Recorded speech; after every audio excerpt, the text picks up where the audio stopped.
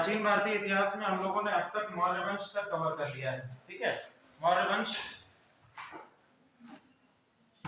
हम लोगों ने उत्तर भारत में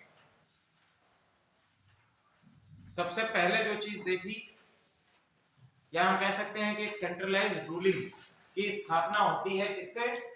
सेंट्रलाइज्ड रूलिंग की स्थापना होती है मगध से। ठीक है, मगध से हम क्या देखते हैं? सेंट्रलाइज्ड रूलिंग या केंद्रीकृत सत्ता की स्थापना धीरे धीरे शुरू होती है। और इसके अंतर्गत हम लोगों ने कुछ वंश देखे थे, जिसमें महत्वपूर्ण वंश आपके कौन कौन से हैं? जब हम लोग देखते हैं मगध के उत्कर्ष के विषय में, देखो अगर प्राचीन भारतीय इतिहास को हम देखें तो प्राचीन भारतीय इतिहास हम लोगों ने कहां से शुरू किया था? हम लोगों ने बेसिकली इसको शुरू किया था पाषाण युग से। ठीक है, कहां से शुरू किया है? पाषाण युग से इसको शुरू किया। अब पाषाण युग कंप्लीट करने के बाद हम लोगों ने ताम्र युग, या हम कह सकते हैं सिंधु घाटी सभ्यता पे है। सिंधु घाटी सभ्यता का जब पतन हुआ, सिंधु घाटी सभ्यता का जब पतन हुआ, उसके बाद हम लोगों ने क्या देखा? वैदिक काल। ठीक है, वैदिक काल को भी हम लोगों ने दो पार्ट्स में डिवाइड किया है। कौन सा? उत्तर वैदिक काल और वैदिक काल और उत्तर वैदिक काल, ये आपके दो पार्ट्स डिवाइड हो जाते हैं। वैदिक युग के बाद हम लोगों ने डिस्कस किया है महाजनपद काल। ठीक है, क्या डिस्कस किया? महाजनपद काल। महाजनपद काल से ही हम लोगों ने कितने महाजनपद टोटल हम लोगों ने देखे थे? 16 महाजनपद टोटल देखे हम लोगों ने। और 16 महाजनपद के काल के बाद जो आपका पीरियड आता है, उसमें हम लोग आ जाते हैं किस पे? Magadh. Magadh was one of the 16 महाजनपद, जो कि आपका कहां पर स्थित है? उत्तर भारत के बिहार के क्षेत्र का जो आपका इलाका है, उसको हम लोगों ने मगध के रूप में देखा। ठीक है, अब मगध की अगर हम बात करें तो मगध की आपकी प्रथम राजधानी के रूप में हम लोगों ने राजगिरी, ठीक है, राजगिरी, या इसको हम लोगों ने क्या कहा? गिरिब्रिज या गिरिवज्र भी आप कहीं कहीं पर इसको गिरिब्रिज या गिरिवज्र के रूप में भी देखेंगे। राजगिरी वर्तमान समय में इसका नाम है। ठीक है, फिर धीरे धीरे शासकों के बाद हम देखेंगे कि डायनेस्टीज आपकी कुछ आती है, जिसमें पहली डायनेस्टी हम लोगों ने कौन सी पढ़ी? हर्यक वंश पढ़ी। सबसे पहली डायनेस्टी कौन सी पढ़ी? हर्यक वंश। हम कह सकते हैं कि हर्यक वंश के समय बेसिकली मगध का जो एरिया है वो अपनी शैशव अवस्था में था। मगध का उत्कर्ष क्या था? अपनी शैशव अवस्था में था। हर्यक वंश के बाद जो अगला वंश आया, उसको हम लोग किस नाम से जानते हैं? शिशुनाग वंश के नाम से जानते हैं। शिशुनाग वंश आया। शिशुनाग वंश के बाद कौन आया भैया? ठीक है, शिशुनाग वंश के बाद आता है नंद वंश, और नंद वंश के बाद आपका कौन सा वंश आएगा? मौर्य वंश आएगा। ठीक है, तो यहाँ तक की कथा हम अपनी पूरी कंप्लीट कर चुके हैं। मौर्य वंश को हम लोग कंप्लीट कर चुके हैं, अशोक के शिलालेखों को देख चुके हैं, और साथ ही साथ अशोक की जो प्रशासनिक व्यवस्था है उसको भी हम लोग कंप्लीट कर चुके हैं। अब हम लोग बात करते हैं जब अंतिम मौर्य शासक है। अंतिम मौर्य शासक कौन है भैया? अंतिम मौर्य शासक कौन है? अंतिम मौर्य शासक है बृहद्रथ। बृहद्रथ क्या है? अंतिम मौर्य शासक के रूप में जाना जाता है बृहद्रथ। ठीक है, मौर्य वंश के पतन के कई सारे कारण हम लोग इतिहासकारों के द्वारा पढ़ते हैं कि अशोक की जो धार्मिक नीतियां थी, अशोक ने कलिंग विजय के बाद एक शासक, अगर हम एक शासक के रूप में अशोक का मूल्यांकन करें, या बेसिकली ये कहें कि यदि किसी राज्य का कोई शासक है और वो अपने राज्य के अंतर्गत युद्ध की नीति ही छोड़ दे, तो क्या ऐसी अवस्था में उसका शासन या उसका राज्य जो है वो उसी अवस्था में रहेगा? नहीं रहेगा। ठीक है, तो हम ये कह सकते हैं कि अशोक की जो धार्मिक नीतियां थी, उसके धर्म का जो प्रसार करने की नीतियां थी, कहीं ना कहीं वे नीतियां क्या हुई? उसके डाउनफॉल का कारण बनी, या मौर्य वंश के डाउनफॉल का कारण बनी। साथ ही साथ अशोक के बाद जितने भी शासक आएंगे, वे सभी शासक अशोक के जितने शक्तिशाली भी नहीं रहे। ये भी एक आपका कारण उठता है। और अन्य हम देखेंगे कि बाहरी आक्रमण जो आपके हो रहे थे, इसमें शक है, पहलव है, पार्थियंस है, इंडो ग्रीक्स हैं, इन सभी के आक्रमणों के कारण भी इसका धीरे धीरे हम देखेंगे कि पूर्ण रूप से नाश होता है। तो अब देखिए मौर्योत्तर काल के बाद भारत में क्या स्थिति जनरेट होती है। ठीक है, मौर्योत्तर काल के बाद अगर हम भारत में स्थिति को देखें तो भारत में हमको दो प्रकार के राजवंश दिखाई देते हैं। ठीक है, भारत में कितने राजवंश दिखाई देंगे? 2 प्रकार के। ठीक है, एक हमने अभी आपसे कहा कि जो बेसिकली क्या हुआ है कि बाहरी या विदेशी आक्रमणों के कारण भारत में कुछ विदेशी राजवंश की स्थापना होगी, या इसको हम लोग कह सकते हैं विदेशी आक्रमणों के द्वारा स्थापित राजवंश,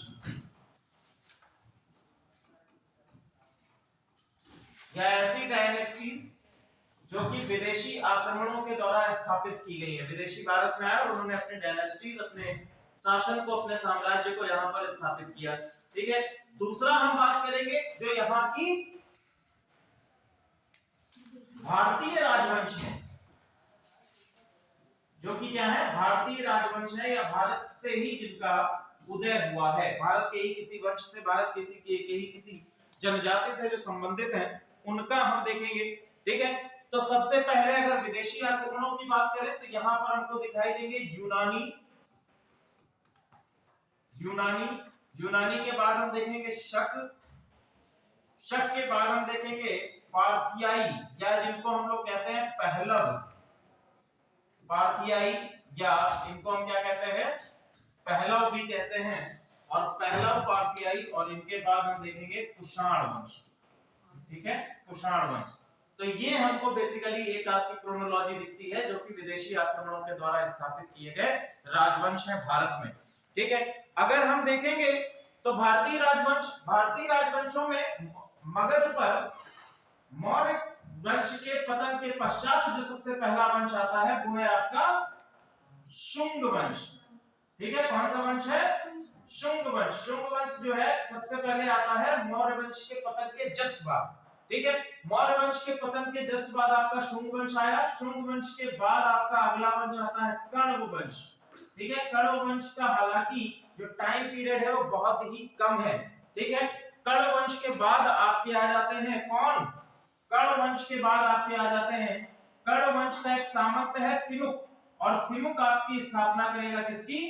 सातवाहन वंश की स्थापना करेगा। सातवाहन वंश, या जिसको हम लोग कहते हैं आंध्र वंश भी बोलते हैं। ठीक है, इनको आंध्र वंश भी कहा जाता है, आंध्र भ्रात्य भी इनको कहा जाता है। और दक्षिण भारत में बेसिकली हम कह सकते हैं कि ब्राह्मणवाद, या ब्राह्मण जो आपकी वैदिक सभ्यता सनातन धर्म को पुनर्जीवित करने का कार्य सातवाहन वंश के द्वारा किया जाएगा। इसके साथ साथ सातवाहन वंश इन सभी जितने भी विदेशी आक्रमणकारी हैं इनको बाहर निकालने का भी कार्य करते हैं। सातवाहन वंश का शासक गौतमीपुत्र सातकर्णी। सातवाहन वंश जो है ये दो भागों में बटेगा। पहला है आपका नासिक के सातवाहन। देखिए, शुरुआती चरण में तो सातवाहन वंश आपका सेम रहेगा, लेकिन जब धीरे धीरे कमजोर होगा तो दो भागों में बट गया। ठीक है, एक आपका आ गया नासिक के सातवाहन, और दूसरा आपका आ गया आंध्रा के सातवाहन। नासिक के सातवाहन और दूसरा आपके आ जाएंगे आंध्रा के सातवाहन। ठीक है, ये दो अलग अलग शाखाएं इनकी बटेंगी, आंध्रा के सातवाहन, नासिक के सातवाहन। अब आंध्रा में क्या होगा? आंध्रा में आपकी एक और शाखा निकलेगी। यहां से एक शाखा निकलती है इक्ष्वाकु वंश की। इक्ष्वाकु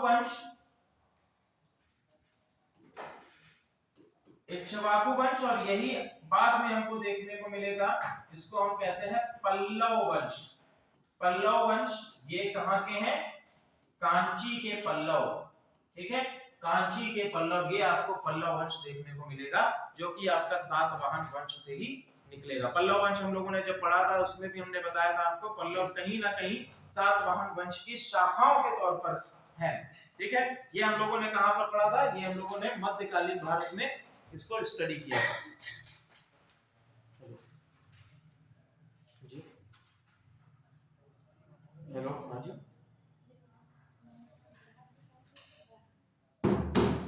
ठीक है, अब नासिक में क्या होगा? नासिक में दो आपकी शाखाएं निकलेंगी। पहले आपका नासिक में आएगा सातवाहन वंश के बाद वाकाटक वंश।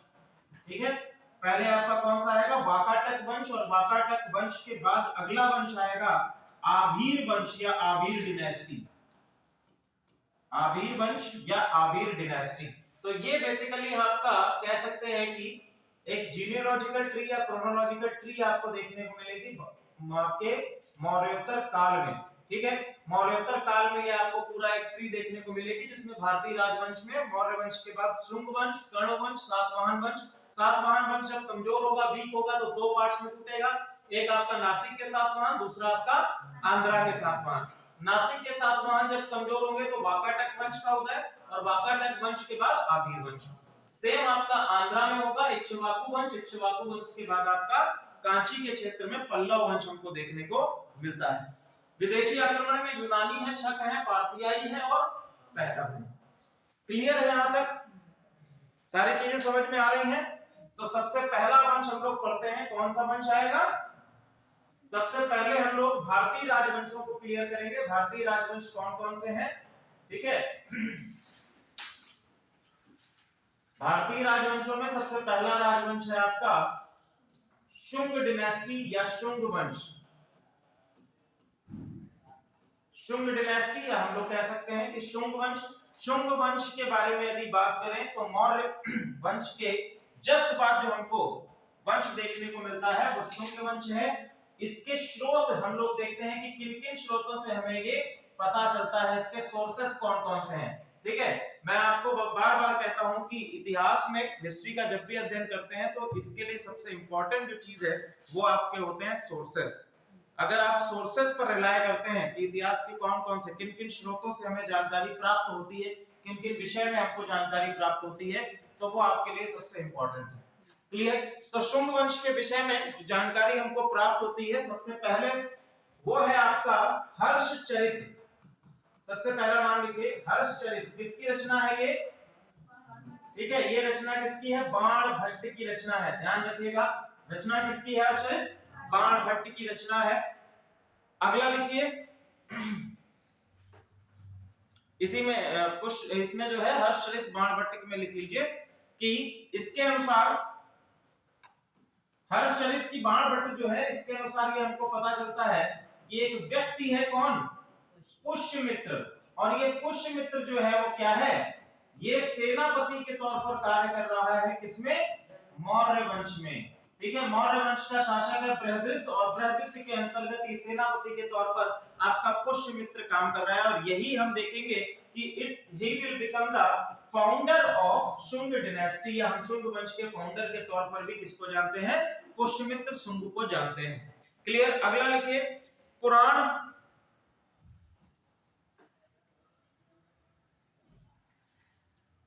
पुराणों के अनुसार शुंग वंश ब्राह्मण कुल के भारद्वाज गोत्र से बिलोंग करता है। अगला कौन सा है आपका? पुराण है, और पुराण कहते हैं कि शुंग वंश जो है ये बेसिकली क्या है? ब्राह्मण है, और ब्राह्मण होने के साथ साथ इनका गोत्र भी बताते हैं। ये किस गोत्र से बिलोंग करते हैं? ये भारद्वाज गोत्र से बिलोंग करते हैं। एक थ्योरी आपकी ये निकल के आ गई। दूसरा आपका अगला जो हमारा स्रोत है वो है बृहदारण्यक उपनिषद। बृहदारण्यक उपनिषद। बृहदारण्यक उपनिषद कहता है बेसिकली पुष्यमित्र शुंग को इसमें शौंगी पुत्र बताया गया है। क्या बताया गया है?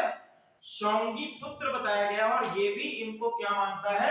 ब्राह्मण कुल का मानता है, और एक ब्राह्मण शिक्षक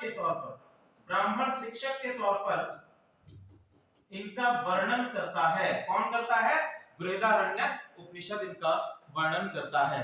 ठीक है, अगला और इंपॉर्टेंट आपका है एक रचना है जिसको हम लोग कहते हैं मालविकाग्निमित्र।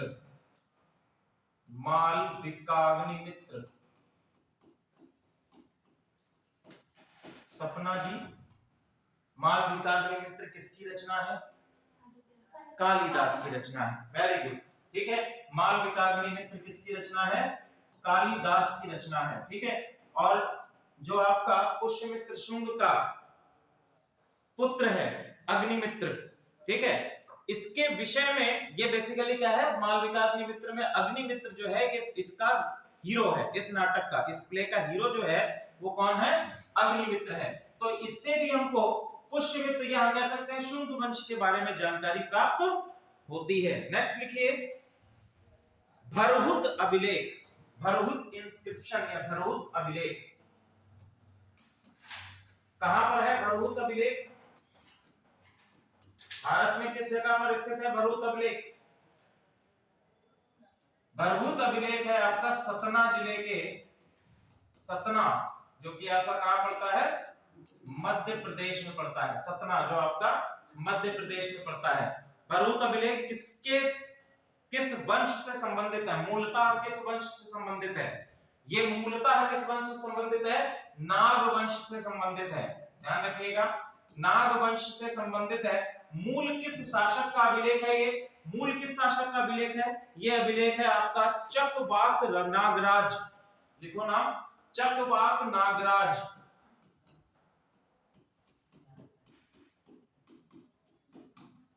चकवाक नागराज ये इनका अभिलेख। क्लियर है? देखो कभी कभी क्या होता है कि मूल रूप से किसी शासक ने कोई अभिलेख लगवाया, ठीक है, कोई शासक ने कोई अभिलेख लिखवाया, अब उसके बाद अगले वंश का कोई शासक आया, उसने उसी अभिलेख में अपनी कुछ चीजें ऐड करा दी, ठीक है, तो वो मूल रूप से उससे नहीं जुड़ा माना जाएगा। समझ में आ रहा है कि नहीं? जैसे मान लीजिए मैंने एक बोर्ड टंगवा दिया यहाँ पे और मैंने उसमें कुछ बातें लिखवा दी, ठीक है, मान लीजिए मेरे बाद कोई और व्यक्ति आया तो उसने भी उसमें कुछ बातें क्या कर दी? ऐड कर दी, तो मूल रूप से कौन इसका माना जाएगा? ठीक है, तो इसी से यहां पर है नागवंश का चकवाक नागराज है, इसने भरहुत अभिलेख लिखवाया, लेकिन हमको जानकारी इसमें किसकी भी प्राप्त होती है? इसमें हमको शुंग वंश के विषय में भी जानकारी प्राप्त होती है, ठीक है। नेक्स्ट लिखिए, इसमें देखो क्या जानकारी प्राप्त होती है भरहुत अभिलेख में? भरहुत अभिलेख में जानकारी प्राप्त होती है कि पुष्यमित्र शुंग ने मगध में 2 प्रवेश द्वारों का निर्माण कराया, 2 प्रवेश द्वार का निर्माण कराया, ये हमको जानकारी प्राप्त होती है आपके भरहुत अभिलेख में, ठीक है।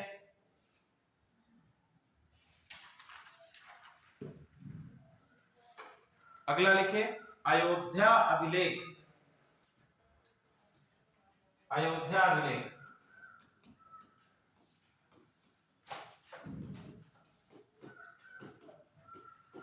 अयोध्या अभिलेख किसका है? धनदेव का है। इसके मूल रूप से किसका अभिलेख है? धनदेव का अभिलेख है, और इसमें हम लोगों को अयोध्या अभिलेख में जानकारी प्राप्त होती है 2 राजसूय यज्ञ के विषय में, 2 राजसूय यज्ञों के विषय में जानकारी प्राप्त होती है जो कि आपके शुंग वंश के दौरान कराए गए। क्लियर? सॉरी, राजसूय को काट दीजिएगा, अश्वमेध लिखेगा, अश्वमेध यज्ञ, 2 अश्वमेध यज्ञ। क्लियर? अयोध्या अभिलेख ये किसका है? धनदेव का है। अगला लिखो बेसनगर अभिलेख, बेसनगर ये भी आपका मध्य प्रदेश में है, बेसनगर अभिलेख,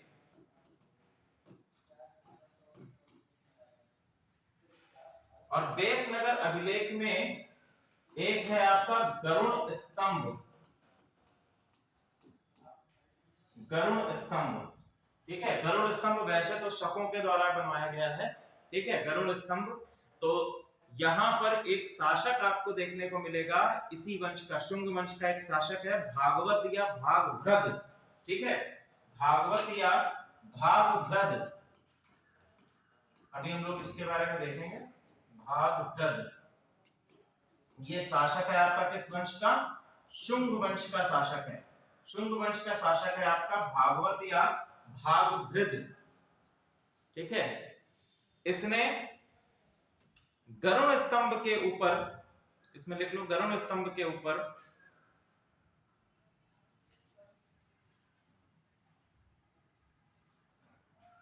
वासुदेव विष्णु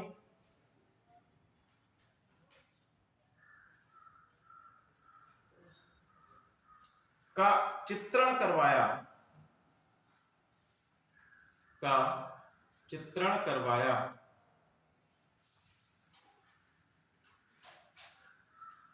एक और नोट लिख लीजिए, बेसनगर अभिलेख से, बेसनगर अभिलेख से यवन राजदूत, यवन राजदूत हेलियोडोटस, हेलियोडोटस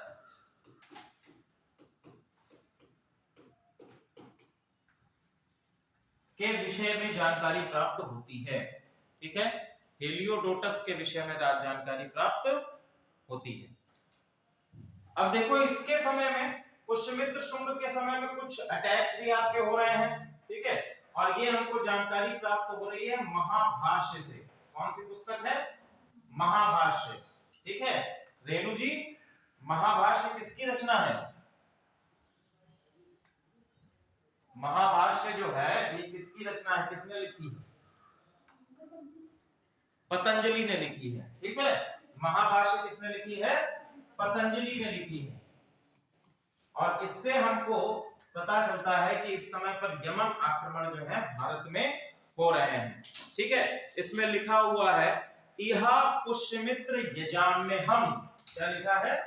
इहा पुष्यमित्र, इहा पुष्यमित्र यजाम्यहम्, यजाम्यहम्। ठीक है, ठीक है, ये कहां पर लिखा है? पतंजलि के महाभाष्य में। दो और लाइन हमको मिलती है जिससे यवन आक्रमण का कंफर्मेशन होता है। लिखा हुआ मिलता है अरुणाद यवनः साकेतम, अरुणाद यवनम साकेतम। ठीक है, तो यवन आक्रमण के विषय में आपका जानकारी मिल रही है कहां? महाभाष्य से। अब यहां पर जो बेसिकली साकेत है, साकेत किसको कहा गया है? साकेत किसको कहा गया है? किसको? अयोध्या को। ठीक है, तो अयोध्या को हम देखते हैं कि क्या कहा गया है? साकेत के विषय में कहा गया। अभी भी आप लोग वर्तमान समय में पोएट्री देखते हैं तो उसमें देखते हैं कि एक पोएट्री मिलती है कि हाँ है यही साकेत नगरी, स्वर्ग से मिलने गगन को जा रही। तो इस तरह से आप लोग देखते हैं उसमें पढ़ाया जाता है आभूषण, कौन से क्या होते हैं, अलंकार हिंदी में, तो उसमें आप लोगों को पढ़ाया जाता है, वहां पर देखने को मिलता हो साकेत अयोध्या। तो इसका मतलब है यवन जो है इनका आक्रमण कहां तक पहुंच गया है?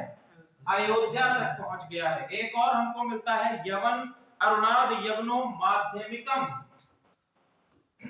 अरुणाद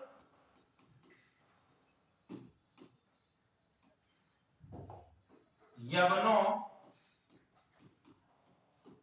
माध्यमिकम, माध्यमिकम का बेसिकली मतलब निकाला गया है राजस्थान के चित्तौड़ के इलाके से, राजस्थान के चित्तौड़ के इलाके से। तो हम यहाँ पर हम कह सकते हैं कि राजस्थान का जो क्षेत्र है और साकेत अयोध्या के क्षेत्र, यहाँ तक यवनों के आक्रमण देखने को मिलते हैं हमें इसके शासनकाल में, पुष्यमित्र के शासनकाल में देखने को मिलते हैं। पुष्यमित्र के शासनकाल में हमको यवन आक्रमण देखने को प्राप्त होते हैं। क्लियर है यहाँ तक? इसके बाद अगला लिखिए, पॉइंट लिखो, आक्रमणकारी कौन है? यवन आक्रमणकारी कौन है? किसका आक्रमण हुआ है इसके समय में? बताइए जरा, किस यवन शासक का, किस इंडो ग्रीक रूलर का यहां पर हमें आक्रमण देखने को मिलेगा? नाम लिख लीजिए, डेमेट्रियस। किसका? डेमेट्रियस, डेमेट्रियस नाम का शासक है, इसका हमें आक्रमण देखने को मिलता है। ये कहां का शासक है डेमेट्रियस? बताइए, डेमेट्रियस कहां का शासक है? इटली का नहीं, ठीक है, ये कहां का शासक है? ये शासक है आपका बैक्ट्रिया का। ठीक है, कहां का शासक है? बैक्ट्रिया का शासक है। क्लियर है? चलो इसके बारे में हम लोग आते हैं, अभी पढ़ेंगे डेमेट्रियस कैसे आया है। अगला लिखे, नोट बना के लिख लो, गार्गी संहिता, गार्गी संहिता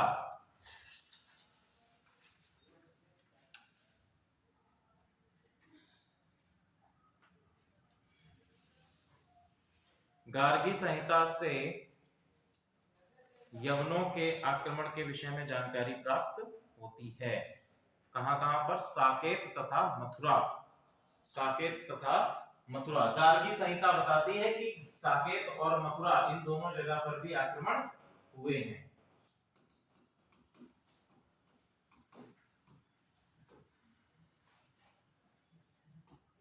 साकेत और दूसरा है आपका मथुरा। ठीक है, इन दोनों जगह पर आक्रमण के विषय में जानकारी हमको गार्गी संहिता से प्राप्त होती है। पुष्यमित्र शुंग का टोटल शासनकाल जो है वो कितना है?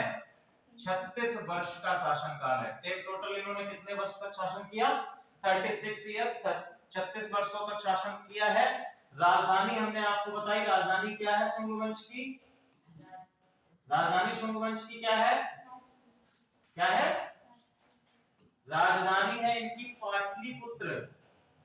अरे भैया थोड़ा कॉमन सेंस लगाओ कि मगध पर मौर्यों का शासन है और मौर्यों को हराकर ये क्या बने हैं? शासक बने हैं। ठीक है, तो राजधानी क्या ही रखेंगे? पाटलिपुत्र रखेंगे, क्योंकि क्योंकि इतने समय से मगध की राजधानी क्या रही है? पाटलिपुत्र रही है, तो उसको चेंज करने का ये कारण तो नहीं बनेगा। ठीक है, अगला लिखिए इनके शासन काल या क्रोनोलॉजी आप लोग लिख लीजिए।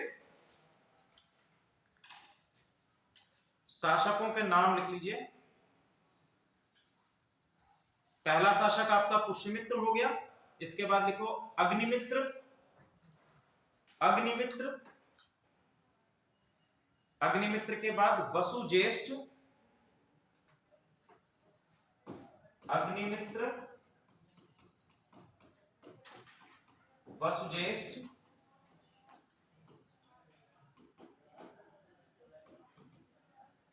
वसुज्येष्ठ, वसुज्येष्ठ के बाद लिखिए वसुमित्र, आंद्रक, पुलिंदक, भागभद्र,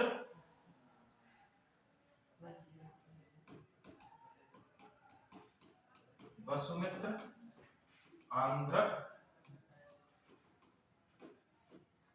पुलिंदक, भागभद्र, या जिसको हम लोगों ने अभी देखा था भागवत के नाम से। ठीक है, तो भागभद्र और भागभद्र के बाद अगला नाम अंतिम लिख लीजिए देवभूत। देवभूति, देवभूति। अगला टॉपिक डालिए शुंग वंश की उपलब्धियां। शुंग वंश की उपलब्धियां क्या कहना है? हाँ, देवभूति अंतिम शासक।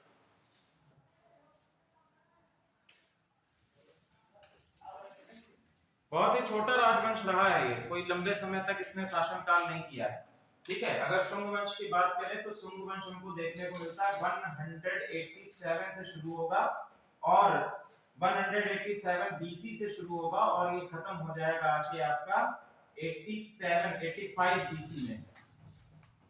85 बीसी में आकर ये क्या होगा? खत्म हो जाएगा। सॉरी 75 बीसी में। 75 बीसी में आकर क्या होगा? खत्म हो जाएगा। तो बहुत अधिक लंबे समय तक हम नहीं देखते हैं कि इनका शासनकाल देखने को मिलेगा। अब देखो 25 वर्ष इधर है, 87 वर्ष इधर है। ठीक है, तो 25 और 87 लगभग 110-112 वर्ष का शासनकाल है इनका। क्लियर है? अब क्या क्या उपलब्धियां हैं? तो सबसे पहली जो उपलब्धि हमको देखने को मिलती है वो है, सबसे पहली उपलब्धि देखने को जो मिली है वो है आपका, जब हम लोगों ने मौर्यों को पढ़ा तो मौर्य काल में पूरे ही लगभग समूचे भारत में हमने देखा कि धर्म का प्रचार प्रसार हो चुका था। राजा जिस धर्म को संरक्षण प्रदान करता है लगभग वही धर्म क्या हो जाता है, उस पर्टिकुलर नेशन या उस पर्टिकुलर राष्ट्र का राष्ट्र धर्म के तौर पर बन जाता है। हमने ये देखा कि अशोक ने पूरी तरह से बौद्ध धर्म को मान्यता दी और बौद्ध धर्म को संरक्षण प्रदान करके उसका प्रचार प्रसार भी किया। तो पूरे ही हम लोग देखेंगे कि भारत से जो सनातन धर्म या वैदिक धर्म की या वैदिक सभ्यता की जो चीजें थी वो क्या हो चुकी थी? दब चुकी थी। ये नहीं कह सकते कि पूरी तरह से समाप्त हो चुकी थी। ठीक है, लेकिन वो कहीं ना कहीं समाज में व्याप्त थी, लेकिन पूरी तरह से नहीं आ रही थी। अब यहाँ पर कुछ शासक हमको देखने को मिले, जैसे भागभद्र है, तो भागभद्र ने एक धर्म का प्रतिपादन किया जिसको हम कहते हैं भागवत धर्म। भागवत धर्म, ठीक है, ये किससे जुड़ा हुआ है? आपके भागवत से शुरू हुआ है। और भागवत धर्म बेसिकली किसमें है? ये विष्णु की उपासना के विषय में है, विष्णु की उपासना के विषय में है, ठीक है। तो सबसे पहली इनकी उपलब्धि लिख लीजिए, सबसे पहली उपलब्धि लिखिए भागवत धर्म का उदय इनके समय में। दूसरा हम देखेंगे, आप लोगों ने अभी देखा कि यहां पर एक हम लोगों ने नाम लिया था पतंजलि, पतंजलि नाम लिया, ठीक है। दूसरा हम लोगों ने नाम लिया कालिदास, ठीक है, जिन्होंने रचना की मालविकाग्निमित्र की। तो हम ये भी देखेंगे कि भैया इनके समय में संस्कृत भाषा का क्या होगा? संस्कृत भाषा का पुनरुत्थान होगा, ठीक है। अब अगर मौर्य काल की बात करें तो मौर्य काल में हमने देखा कि भाषा आपकी कौन सी मुख्य आ रही थी? भाषा जो थी वैदिक काल की अपेक्षा मौर्य काल में जो भाषा यूज की जा रही थी वो आपकी कौन सी भाषा थी? प्राकृत भाषा यूज की जा रही थी, ठीक है। जबकि यहाँ पर जो अभिलेख और हमको साक्ष्य प्राप्त होते हैं उसमें मुख्यतः हम देखेंगे कि संस्कृत भाषा धीरे धीरे क्या कर रही है? फिर डेवलप कर रही है, ठीक है। तो संस्कृत भाषा का पुनरुत्थान। फिर लिखिए मनुस्मृति के वर्तमान स्वरूप की रचना, मनुस्मृति के वर्तमान स्वरूप की रचना, जो स्वरूप हमको मनुस्मृति का दिखाई देता है वो इसी काल में क्या हुआ? डेवलप हुआ है, ठीक है। चलिए अगला वंश हम लोग देखते हैं। नेक्स्ट आपका वंश इंपॉर्टेंट, छोटा सा वंश है, बहुत ही कम इसके विषय में हमको जानकारी भी प्राप्त होती है और बहुत ही कम समय तक ये वंश चला भी है। अगला वंश है आपका कण्व वंश। नेक्स्ट है कण्व वंश, बहुत कम समय तक ये आपका चला है, केवल और केवल इसमें हमें 4 शासक देखने को मिलते हैं। इनका शासन काल है 75 बीसी टू 30 बीसी, 75 बीसी से 30 बीसी तक ये आपका कण्व वंश चलता है। टोटल कितने शासक हैं इसमें? 4 शासक हैं। टोटल आपके कितने शासक हैं? 4 शासक हैं। इसके संस्थापक कौन हैं? संस्थापक, फाउंडर, कण्व वंश की संस्थापना किसने की है? बताइए। कण्व वंश के संस्थापक का नाम लिखिए वसुदेव। कौन संस्थापक है? वसुदेव संस्थापक हैं। कण्व वंश के वसुदेव संस्थापक हैं। और आपके 3 और राजाओं के नाम मिलते हैं, भूमिमित्र, नारायण और सुशर्मा, ठीक है। वसुदेव, भूमिमित्र, नारायण और सुशर्मा, ये हमको 4 नाम मिलते हैं। 4 ही शासक आपके किसमें है? कण्व वंश में शासक हैं 4, ठीक है। 75 टू कण्व वंश बहुत कम समय तक है, ना ही इनकी कोई उपलब्धियां है, केवल इतना ध्यान रखिएगा कण्व वंश आपका 4 शासक हैं, वसुदेव, भूमिमित्र, नारायण और सुशर्मा। और अंत में सुशर्मा जो है इनका पतन हो जाता है किसके हाथों? सिमुक के हाथों। सिमुक कहां से संबंधित है? सिमुक, ये नाम सुना है आप लोगों ने? हाँ सुना है, कहां से संबंधित है सिमुक? हाँ जोर से बोलिए। नहीं मालूम। सिमुक संबंधित है आपका सातवाहन वंश या जिसको हम लोग कहते हैं आंध्र वंश। आंध्र वंश या सातवाहन वंश का संस्थापक माना जाता है। और यहीं से हम देखेंगे सातवाहन वंश की नींव रखी जाती है, पूर्ण रूप से कण्व वंश भी समाप्त हो जाता है। क्लियर है? भारतीय राजवंशों को हम यहीं तक थोड़ा पॉज करेंगे। तो यवनों के बारे में अगर हम बात करें तो प्राचीन भारतीय इतिहास में भी देखा कि कई सारे आक्रमण हमको ग्रीक्स के दिखाई देते हैं, चाहे वो नंद वंश के टाइम से ही क्यों ना हो। ठीक है, लेकिन उस समय पर क्या था कि उस समय पर भारत में एक स्टैंडिंग आर्मी हम कह सकते थी, और साथ ही साथ इंडिया में एक सेंट्रलाइज्ड रूलिंग की भी स्थापना हो चुकी थी, जिसके कारण ये आक्रमण तो हुए लेकिन सफल नहीं हो पाए। ठीक है, अगर हम इनके बारे में बात करें, यवनों के बारे में बात करें, मध्यकालीन भारत में जब आप आएंगे तो मध्यकालीन भारत में इनको किस नाम से जाना जाएगा? मध्यकाल में किस नाम से जाना जाएगा? इनको कहा जाएगा मलेच्छ। ठीक है, क्या कहा जाएगा? मलेच्छ कहा जाएगा। अगर हम इसके मूल निवास की बात करें, मूल निवास कहां के निवासी हैं ये, ठीक है, कहां के निवासी हैं ये, तो कह सकते हैं कि ये कहां के निवासी हैं? एशिया माइनर के निवासी कहे जाते हैं, एशिया माइनर के निवासी कहे जाते हैं बेसिकली। ठीक है, और ये आपका एशिया माइनर के निवासी होने के साथ साथ एक आपका सी पड़ता है जिसको कहते हैं एजियन सी, एजियन सी। ठीक है, और लाइसिया, एजेंसी और लाइसिया के बीच का जो एरिया है, बीच का जो भूभाग है, वहां पर आपका एक देखने को मिलता है बैक्टीरिया। वहां से हम कह सकते हैं, इसको देखते हैं मैप में, एजेंसी जो है आपका भूमध्य सागर के जस्ट ऊपर है।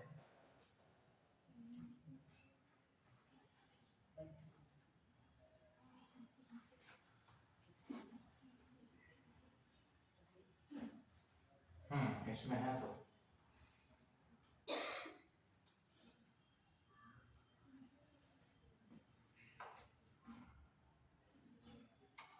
इंडो ग्रीक्स का ही है।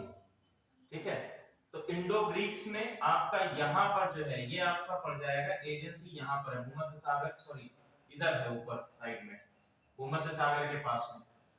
ये आपके जो है इंडो सिंथियंस हैं, ये आपके शक हम अभी पढ़ेंगे तो शक का ये एरिया आ जाएगा, पार्थियन एम्पायर ये आ जाएगा, और इसके और इधर जब आप जाएंगे एशिया माइनर की तरफ तो वहां पर आपको एक्मेनिड एम्पायर जो अचमेनियन एम्पायर था वहां पर हमको दिखाई देगा ये क्या कहते हैं बैक्टीरिया, और बैक्टीरिया से ही बिलोंग करते हैं आपके कौन? हाँ, यवन, या हम लोग ग्रीक जो निवास करते हैं। ठीक है, आगे हम लोग देखते हैं, सबसे पहले जो आक्रमण हम लोगों को देखने को मिला, सबसे पहला आक्रमण भैया कब देखने को मिला है? 5th सेंचुरी बीसी में। कब देखने को मिला है? 5th सेंचुरी बीसी में। कौन आया भारत में? कौन आया? अलेक्जेंडर आया। ठीक है, अलेक्जेंडर भारत में, अलेक्जेंडर महान जिसको कहा जाता है, भारत आया 5th सेंचुरी बीसी में। किसके शासनकाल में? नंद वंश के शासनकाल में, नंदा डायनेस्टी के शासनकाल में क्या है, भारत में आने का प्रयास इन्होंने किया। लेकिन हम ये कहते हैं कि पंजाब का जो क्षेत्र है ये कितनी नदियों का क्षेत्र है? 5 नदियों का क्षेत्र है। धीरे धीरे इसने पहली नदी को पार किया, दूसरी नदी को पार किया, लेकिन अंततः ये सभी नदियों को इसकी सेना पार नहीं कर पाई और भारत में प्रवेश नहीं कर पाई। ठीक है, वापस लौटते समय इसको इसकी हत्या कर दी जाती है, और अलेक्जेंडर के बाद अगला शासक जो भारत में आता है वो कौन है? Seleucus Nicator. कौन है? सेल्यूकस निकेटर भारत में आया। ये आपका 5th सेंचुरी गलत लिख दिया है,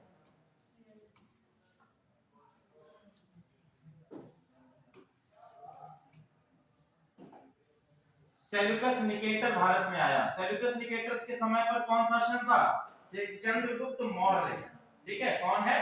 चंद्रगुप्त मौर्य है। चंद्रगुप्त मौर्य के समय में सेल्यूकस निकेटर भारत में आया, और सेल्यूकस निकेटर जो है किसका? अलेक्जेंडर आया है 327 में। ठीक है, 327 में, 327 में अलेक्जेंडर आया है। सेल्यूकस निकेटर के भारत आने का काल लिखिए 305 BC, 305 BC. Seleucus Nicator Chandragupta Maurya के समय में भारत आया, चंद्रगुप्त मौर्य के साथ में इसका युद्ध हुआ और सेल्यूकस निकेटर की हार हो जाती है, और सेल्यूकस निकेटर के हारने के बाद चंद्रगुप्त मौर्य ने इसके साथ में क्या कर लिया? इसके साथ में वैवाहिक संबंध स्थापित कर लिए, एक संधि के माध्यम से वैवाहिक संबंध स्थापित कर लिए, और इसमें इसकी बेटी हेलेना के साथ में इनका विवाह संपन्न होता है और इनको बदले में क्या मिल जाते हैं, एरिया, हेरात, काबुल, कांधार, अराकोरिया, ये सभी आपके जो इलाके हैं वो किसमें, दहेज में प्राप्त हो जाते हैं। क्लियर है। और इसके बदले चंद्रगुप्त मौर्य इनको कुछ हाथी देते हैं। कितने हाथी देते हैं, 500 हाथी। ठीक है, 500 हाथी भी चंद्रगुप्त मौर्य ने किसको दे दिए, सेल्यूकस निकेटर को दे दिए। अगला जो आता है एंटियोकस, अगला आपका कौन सा आता है, एंटियोकस। 206 बीसी में आक्रमण करने आता है एंटियोकस। ठीक है, ये कुछ आक्रमणकारी हम लोग पहले देख चुके हैं जो भारत में आए। क्लियर। इसके बाद कुछ और आक्रमणकारी आएंगे, उनका नाम लिखिए, नो सॉरी, उनका देखिए कहां से संबंध है, लिखिए बैक्ट्रिया के ग्रीक, बैक्ट्रिया के ग्रीक। अभी तक हम लोग ऊपर देख रहे थे वहां पर अचमेनियन एम्पायर था। अब जैसे जैसे हम आगे बढ़ेंगे तो बैक्ट्रिया भी कुछ पार्ट्स में डिवाइड हो चुका है। ठीक है, बैक्ट्रिया के ग्रीक। अब बैक्ट्रिया जो है ये दो भागों में विभाजित था। पहला आपका था पार्थिया। पहला आपका क्या हुआ, पार्थिया। और बेसिकली जो यहाँ पर एम्पायर था वो हम लोग कहते थे सेलुनिड एम्पायर। अब यहाँ पर कौन सा एम्पायर था, सेलुनिड, सेलुनिड साम्राज्य। अकेमेनियन एम्पायर का अब क्या हो चुका था, खात्मा हो चुका था, और सेलुनिड साम्राज्य ये दो भागों में विभाजित था। एक आपका था पार्थिया और दूसरा था आपका बैक्ट्रिया। पहला पार्थिया और दूसरा आपका बैक्ट्रिया। दोनों का क्षेत्र लिख लीजिए। पार्थिया का क्षेत्र लिखिए खुरासान तथा कैस्पियन सागर, खुरासान तथा कैस्पियन सागर का दक्षिण पूर्व हिस्सा, खुरासान तथा कैस्पियन सागर का दक्षिण पूर्व हिस्सा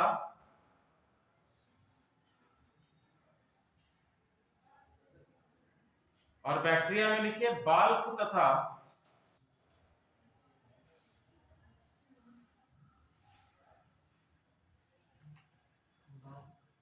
अफगानिस्तान, बाल्ख तथा अफगानिस्तान।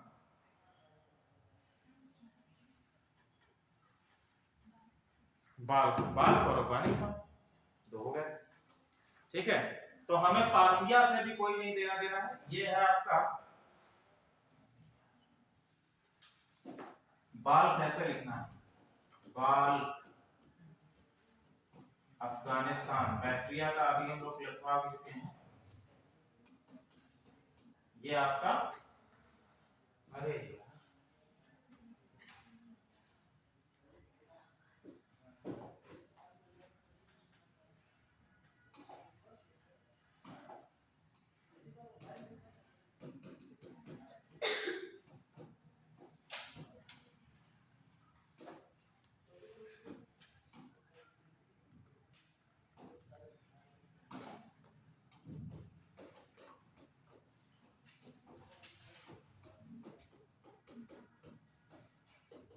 अफगानिस्तान। ठीक है, ये आपका आ जाएगा खुरासान तथा कैस्पियन सागर।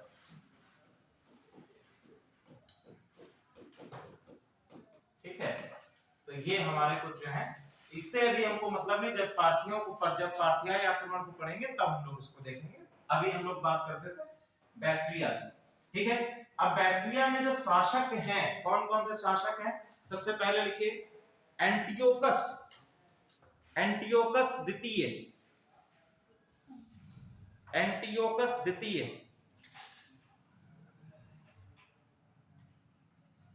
एंटियोकस द्वितीय का शासनकाल 250 बीसी।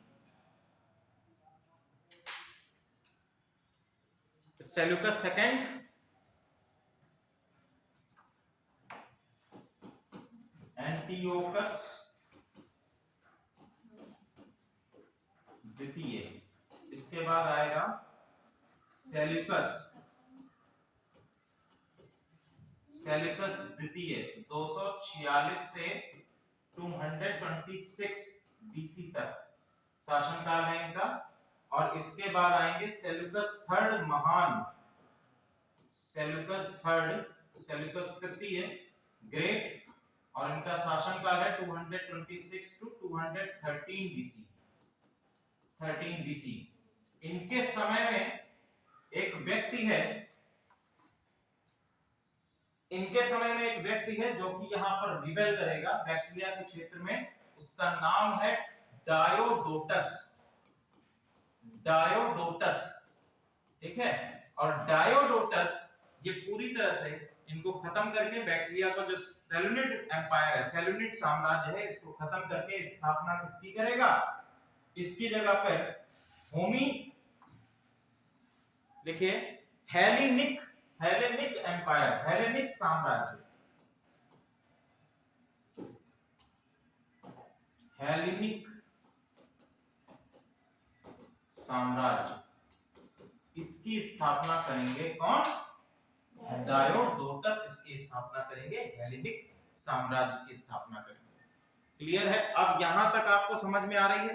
ये पूरी तरह से हेलेनिक साम्राज्य जो था पूरी तरह से स्वतंत्र साम्राज्य था और किसी भी राज्य पर हमला भी कर सकता था, ठीक है।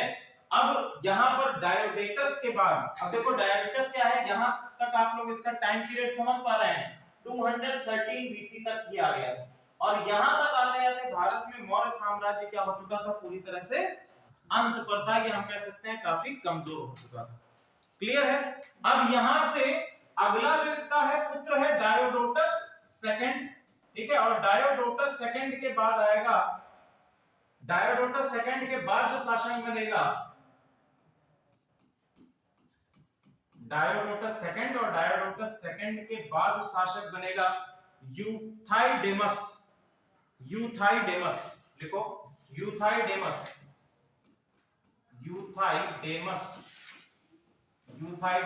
और यूथाइडेमस के बाद जो शासक है वो है आपका कौन?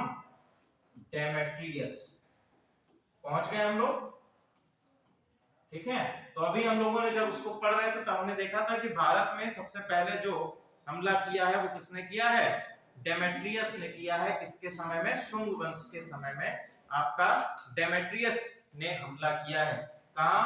इसकी राजधानी जो है बैक्टीरिया है, और इसने राजधानी अपनी बनाया बैक्ट्रा, नहीं है बैक्ट्रा, ठीक है। बैक्ट्रा को अपनी राजधानी बनाया और वहां से इसने भारत पर अटैक किया।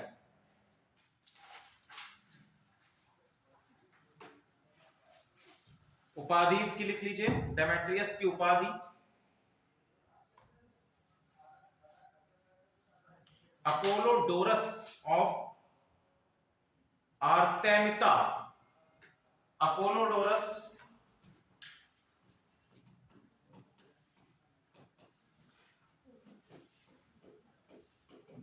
ऑफ आर्तेमिता, ये इसकी उपाधि इसने धारण करी थी। दूसरा हम लोग देखेंगे कि इसने सिक्कों का चलन किया, ठीक है। इसने सिक्कों का चलन किया। इसके सिक्के जो हैं,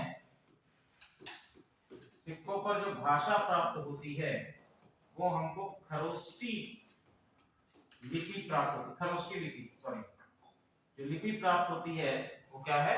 खरोष्टी लिपि प्राप्त होती है। और इसके सिक्कों की खासियत ये है कि ये सिक्के कैसे हैं? ये सिक्के वर्गाकार सिक्के हैं, स्क्वायर्ड शेप्ड सिक्के हमको प्राप्त होते हैं, वर्गाकार सिक्के प्राप्त होते हैं।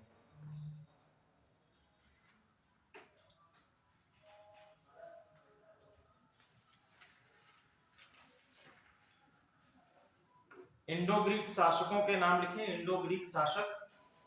यहां तक समझ में आया? डेमेट्रियस आ गया। डेमेट्रियस के बाद हम देखेंगे कि इन्होंने क्या किया। इनके बाद जो कुछ शासक हमको यहाँ पर दिखाई देंगे, इंडो ग्रीक बेसिकली जो है आपको गुजरात और राजस्थान के साथ क्षेत्र में ही आपको मिलेंगे, ठीक है।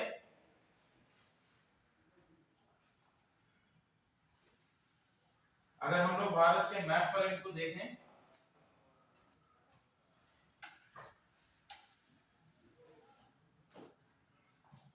तो बेसिकली आपका ये वाला जो रीजन है सौराष्ट्र का रीजन है। एक आपका सौराष्ट्र का जो रीजन है, दूसरा आपका ये नॉर्थ वेस्टर्न फ्रंटियर का रीजन, पंजाब का रीजन, और कुछ आपका राजस्थान का रीजन। यहां पर हमको ये देखने को मिलेंगे आपके इंडो ग्रीक्स। ठीक है, सबसे पहला नाम लिखिए मिनांडर या डेमेट्रियस प्रथम। मिनांडर या डेमेट्रियस प्रथम, डेमेट्रियस को अभी हम लोग पढ़ भी रहे थे। डेमेट्रियस प्रथम, इसको हम लोग किस नाम से जानते हैं? मिनांडर के नाम से भी जानते हैं, या जिसको हम लोग मिलिंद के भी नाम से जानते हैं। मिलिंद इसका नाम प्राप्त कहां होता है? जो मिनांडर जो है इसका मिलिंद नाम हमको कहां पर प्राप्त होता है? इसका मिलिंद नाम हमको प्राप्त होता है मिलिंद पनाह में। कहां पर? मिलिंद पनाह में प्राप्त होता है। मिलिंद पनाह किसके द्वारा लिखी गई है? मिलिंद पनाह किसके द्वारा लिखी गई है? बताओ भैया।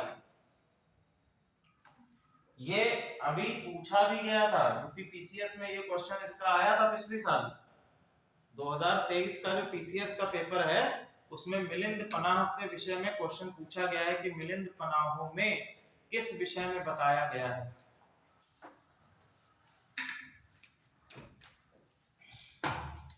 तो मिलिंद पनाह के लेखक हैं नागसेन। मिलिंद पनाह के लेखक हैं नागसेन, और नागसेन क्या है? बौद्ध भिक्षु थे। ठीक है, तो इनसे और मिलिंद से जो संवाद है उसी विषय में इसमें बताया गया है। बौद्ध धर्म के विषय में जो संवाद इनके बीच में हुए उसी विषय में इसमें बताया गया है। ठीक है, अगर हम लोग बात करें डेमेट्रियस और मिनांडर की, तो भारत में इंडो ग्रीक, भारत में इंडो ग्रीक साम्राज्य का संस्थापक इसको माना जाता है। साम्राज्य का संस्थापक के तौर पर इनको माना जाता है। किसको? मिनांडर को। पहला संस्थापक आपका किसका है? इंडो ग्रीक साम्राज्य का पहला संस्थापक है, प्रथम संस्थापक है। राजधानी इनकी लिखिए। राजधानी इसने अपनी क्या बनाई है? बताइए, इनकी राजधानी क्या थी? राजधानी है इनकी सकला। सकला जो वर्तमान समय का क्या है? सियालकोट। वर्तमान समय का सियालकोट जो पंजाब क्षेत्र में है, सियालकोट इन्होंने अपनी राजधानी को बनाया। सबसे इंपॉर्टेंट चीज जो है वो है मिनांडर के सिक्के। लिखो, इसने दुभाषिया सिक्के, इसने दुभाषिया सिक्के चलवाए। दुभाषिया सिक्के, हाँ, डायलेक्ट दुभाषिया सिक्के, दुभाषिया सिक्के चलवाए, जिसमें आपका दो लैंग्वेजेस यूज की गई थी। पहला आपका कौन सा? ग्रीक, और दूसरी आपकी कौन सी? पाली भाषा। ग्रीक भाषा और पाली भाषा, ये दो हमको भाषाएं यूज करने को मिली। किसमें? आपके मिलिंद के या किंग मिनांडर के सिक्कों में दुभाषिया सिक्के चलवाए। ग्रीक भाषा और पाली भाषा मिलती है। अगला लिखिए, यवनराज शिलालेख। यवनराज शिलालेख कहां पर है? ये इसका स्थान लिखिए मथुरा। यवनराज शिलालेख मथुरा।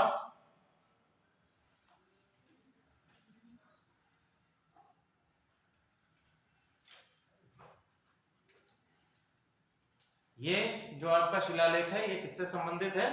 इन्हीं से, मिलिंद पनाह से, सॉरी मिनांडर या डेमेट्रियस से संबंधित है। फिर लिखिए, इनके द्वारा एक शैली शुरू की गई, इसको हम क्या कहते हैं? गांधार शैली। गांधार कला शैली का विकास, ये कह सकते हैं। ठीक है, गांधार कला शैली का विकास। अच्छा, अगर क्वेश्चन ये बनता है कि गांधार शैली का मूल संरक्षक किसको माना जाता है या किसे कहा जाता है? गांधार शैली का, गांधार कला शैली जो है, Gandhara school of art, Bharat में दो आपकी कुछ स्कूल ऑफ आर्ट जो है धीरे धीरे विकसित हुए। जैसे एक सबसे पहला आपका विकसित होता है तक्षशिला स्कूल ऑफ आर्ट, ये बहुत प्राचीन समय की बात है। ठीक है, उसके बाद आपका गांधार कला शैली विकसित होती है। फिर आगे आप लोग जाएंगे तो हम लोग मथुरा कला शैली विकसित होगी, या द्रविडियन स्कूल ऑफ आर्ट विकसित होता है। ठीक है।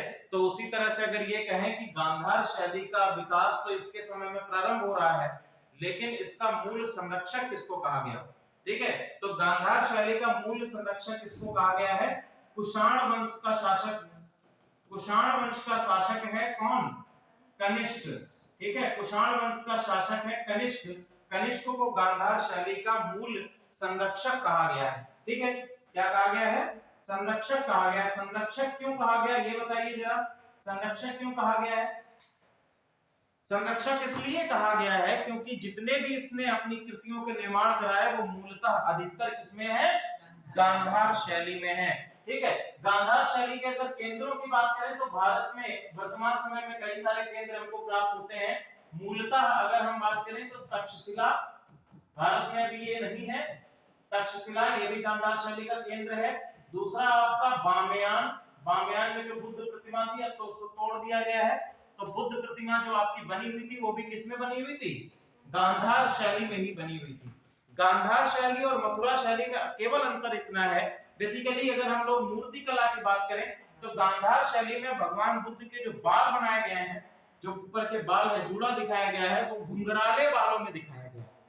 ठीक है, गांधार शैली में अगर देखेंगे तो आपको जो जूड़ा दिखाई देगा वो आपका कैसा दिखाई देगा?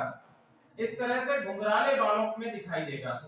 ठीक है, और जबकि अगर हम मथुरा आर्ट की बात करेंगे, मथुरा कल्चर की बात करेंगे, तो उसमें जो आपको बाल दिखाई देंगे वो इस तरह से दिखाई देंगे। इसमें घुंघराले बाल आपको नहीं दिखाई देंगे, बल्कि इस प्रकार की लाइनिंग्स के तौर पर बालों का निर्माण किया गया है।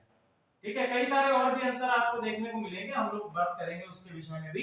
ठीक है, तो ये हम लोगों को कुछ छोटे-छोटे अंतर दिखाई देखने को मिलते हैं गांधार शैली में और मथुरा शैली में। संरक्षण किसने दिया है? कनिष्क के द्वारा दिया गया है। ठीक है, विकसित होना कब शुरू किया गया है? ये आपका इंडो ग्रीक्स भारत में जब आए तो डेमेट्रियस के शासन काल से धीरे-धीरे ये विकसित होने लगे। ठीक है, गांधार शैली को हम कह सकते हैं कि यूनानी शैली तथा भारतीय शैली का सम्मिश्रण भी। हंसी क्यों आ रही है? हमें लगा कोई जोक मार रहा हूं। और आप लोग भी हो जाते होंगे, हिस्ट्री इतना लेंथी सब्जेक्ट है, धीरे धीरे बोरियत होने लगती। ठीक है, वैसे बोर होने की आवश्यकता नहीं, इतनी बढ़िया कहानी चल रही है किंग मिनांडर की। ठीक है, मालविका निमित्र की कहानी चल रही है। कालिदास की रचना को आप लोग पढ़िए तो कितना प्रेम पर आधारित था। ठीक है, क्यों कल कहीं गए थे घूमने? लो भाई हंसने लगे, नहीं गए थे? जाना चाहिए था। मेरा ये मानना है कि व्यक्ति को अपने जीवन में एक बार तो प्रेम अवश्य करना चाहिए।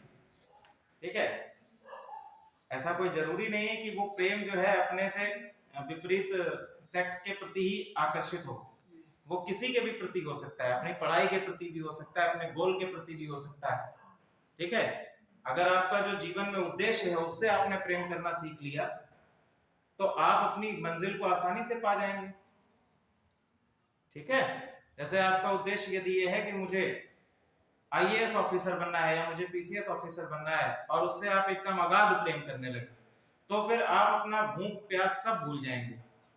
जिस तरह से मजनू नहीं बन जाता है, मजनू क्या था कि वो अपनी प्रेमिका के, अपनी प्रेयसी के प्रेम में इतना पागल हो चुका था कि लोग नमाज पढ़ रहे हैं और वो उसको नहीं दिखाई दिया और उसके रास्ते से होकर वो गुजर गया। तो लोगों ने उस पर क्या किया? पत्थर बरसाना शुरू कर दिया। लेकिन उसने कहा कि पत्थर मुझे क्यों मार रहे हो, मुझे तो खुदा ही नहीं दिखाई दिया। खुदा मतलब कि मैं अपने प्रेम में इतना मग्न था कि मुझे खुदा ही नहीं दिखाई दिया, मुझे ईश्वर ही नहीं दिखाई दिया, तो मेरी इसमें क्या गलती है? तो अगर ऐसा ही प्रेम आप अपने सपने के साथ करने लगे, अपने ड्रीम के साथ करने लगेंगे, तो आपको फिर और कोई चीज दिखाई नहीं देगी कि सामने क्या है, कौन सी बाहरी वस्तुएं हैं जिनसे आप आकर्षित होते हैं। कोई अच्छी मूवी लगी तो मूवी देखने चले गए, आपको दिखाई नहीं देगा कौन सी मूवी आई। फिर जब तक आईएएस बन जाओगे तब पता चलेगा अच्छा कि पीछे ये सब भी गुजर गया है। पता ही नहीं चलेगा कि कौन सा चाचा के भतीजे का बर्थडे आया वो भी चला गया, उसके बाद दादी के पोते की शादी आई तो वो भी चला गया। दादी के पोते तो खुद ही हो जाओगे। लेकिन ये सब चीजें आपको मैटर नहीं करेंगी। ठीक है, तो ऐसा प्रेम जीवन में एक बार होना चाहिए, ठीक है। और बाकी वैसे भी अगर प्रेम कर रहे हैं तो एक बार दिल तुड़वा लो। तो उसके बाद जो है वो मूवी थी ना, ठुकरा के मेरा प्यार मेरा इंतकाम देखेगी, शादी में जरूर आना। तो हो सकता है कि आईएएस आप भी बन जाओगे, आईएएस नहीं तो पीसीएस तो बन ही जाओगे, है ना। चलिए, हाँ चलो भाई, गांधार कला शैली भी हो गई। और आपका हम लोग बात करेंगे कि अंतिम शासक कौन है। अंतिम शासक जो है इस इंडो ग्रीक का क्या हो भैया, अंतिम शासक लिखिए एंटियालकिड्स। एंटियालकिड्स, देखो इसमें भी काफी चीजें, आपको जितने भी आपके प्राचीन नाम है उसमें कई सारे इतिहासकारों के अलग अलग मत मिलते हैं, ठीक है। वैसे तो हमको एंटियालकिड्स जो है वो अंतिम शासक मिलता है, लेकिन एक इतिहासकार हैं उनके अनुसार हर्मियस हमको अंतिम शासक प्राप्त होता है। इन इतिहासकार का नाम लिख लीजिए A.K. नारायण, ठीक है। एक इतिहासकार है A.K. नारायण, क्लियर है, A.K. नारायण। तो क्वेश्चन जब आपसे बनेगा तो आप जरूर इसको ध्यान रखिएगा। प्राचीन भारतीय इतिहास में क्रोनोलॉजी में, या हम कह सकते हैं जो आपकी लीनिएज होती है, राजाओं का जो क्रम होता है उसमें काफी ज्यादा फ्लक्चुएशन मिलती है, क्योंकि अलग अलग आपके इतने पुराने हमारे जो साक्ष्य हैं उनके आधार पर हम इसका आकलन करते हैं और उसमें इस प्रकार की आपको फ्लक्चुएशन मिल सकती है। तो एंटियालकिड्स आप बेसिकली मान के चलो, अगर क्वेश्चन कहीं पर आता है A.K. नारायण के आधार पर तो आप हर्मियस को यूज कर सकते हैं। या अगर क्वेश्चन आपसे मेंस में पूछा जा रहा है तो मेंस में आप फिर दोनों ही तथ्यों को डाल सकते हो कि इसके अनुसार ये मिलता है और A.K. नारायण जी का ये कहना है, क्लियर है। वहां मेंस में आप लोग आराम से इसको डाल सकते हो। अगला लिखिए, अगले ये हमारे थे कौन, ग्रीक। अगले लिखिए शक तथा पहलव। शक तथा पहलव, शक तथा पहलव। ये पहलव जो है बेसिकली आपके पार्थियाई हैं, पार्थियाई हैं। शक जो है तथा पहलव जो है वो आपके पार्थियाई हैं। इनको लिखिए मूल निवास शक, पहले हम लोग देख लेते हैं शक। मूल निवास इनका लिखिए,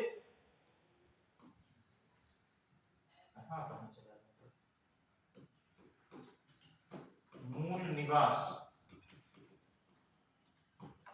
मूल निवास मध्य एशिया। मध्य एशिया का जो क्षेत्र है वो बेसिकली हम कहते हैं कि ये इनका मूल निवास है।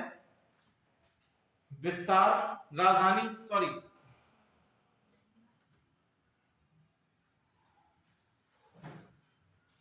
हाँ चलो हम लोग बात करते हैं। शक जो है मूल निवास इनका मध्य एशिया, मध्य एशिया से होते हुए ये पहुंचते हैं कहां, सिस्तान के क्षेत्र में। और सिस्तान के क्षेत्र में जब पहुंचते हैं, सिस्तान के क्षेत्र से ये और आगे बढ़ते हैं, पहुंचते हैं कहां, हिंदुकुश पर्वत। हिंदुकुश पर्वत से होते हुए सुलेमान पर्वत पहुंचते हैं।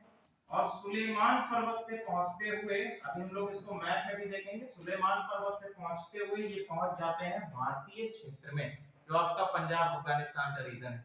और वहां पर इनको मिलते हैं पार्थियाई। यहाँ पर पार्थियंस जो है पहले से बसे हुए हैं, वहां पर इनको मिल जाते हैं पार्थियाई, शकों को। और शकों का फिर किससे युद्ध होता है, पार्थियों से युद्ध होता है। और पार्थियों से युद्ध होने के बाद ये कुछ जो आपके शक सरदार हैं वो क्या बन जाते हैं, क्षत्रप बन जाते हैं। क्या बन जाते हैं, क्षत्रप बन जाते हैं। क्षत्रप कह सकते हैं कि एक प्रकार के क्या हैं, सामंत हैं, ठीक है। एक प्रकार के क्या है, सामंत है। किसके, पार्थियों के संबंध सामंत हैं। सामंत मतलब कि छोटा एक एरिया, हम लोगों ने आपको पढ़ाया भी था सामंत क्या होता है। तो क्षत्रप के तौर पर छोटे छोटे प्रांतों में शासक करने लगते हैं, किसके अंतर्गत, पार्थियों के अंतर्गत। ये शकों की कहानी है, क्लियर। अगले हम लोग देखते हैं कौन कौन से आपके शासक इसके अंतर्गत मिलते हैं, ठीक है। शक शासक कौन कौन से मिलते हैं, लिखो भैया शक शासक कौन कौन से हैं। पहला है आपका माओज, पहला है आपका माओज, जिसको हम लोग म्यूज भी कहते हैं, म्यूज भी कहते हैं। अच्छा मैप के माध्यम से देख लें कि कहां से शक आ रहे हैं। और कहां तक इनको जाना है। ठीक है,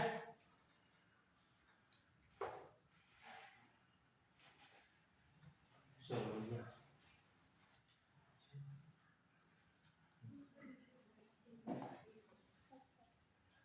अब ये देखो, यहाँ पर जो है आपका शाखा स्थान है, यहाँ पर बेसिकली हम कह सकते हैं शाखा।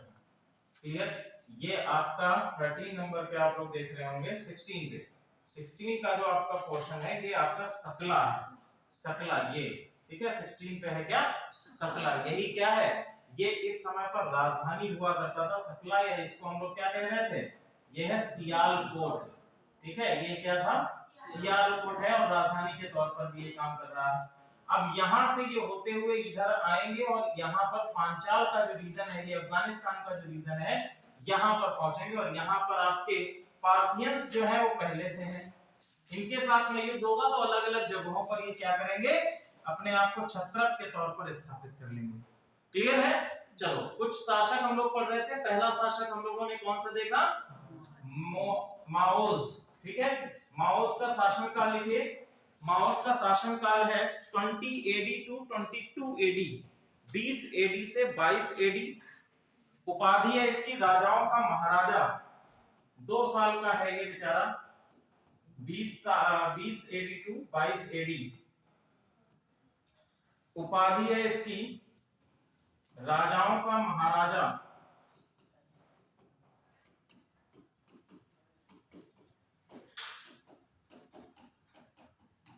राजाओं का महाराजा ये उपाधि है। ठीक है, इसके संबंध में जो अभिलेख है उसका नाम लिखिए तक्षशिला अभिलेख, तक्षशिला अभिलेख।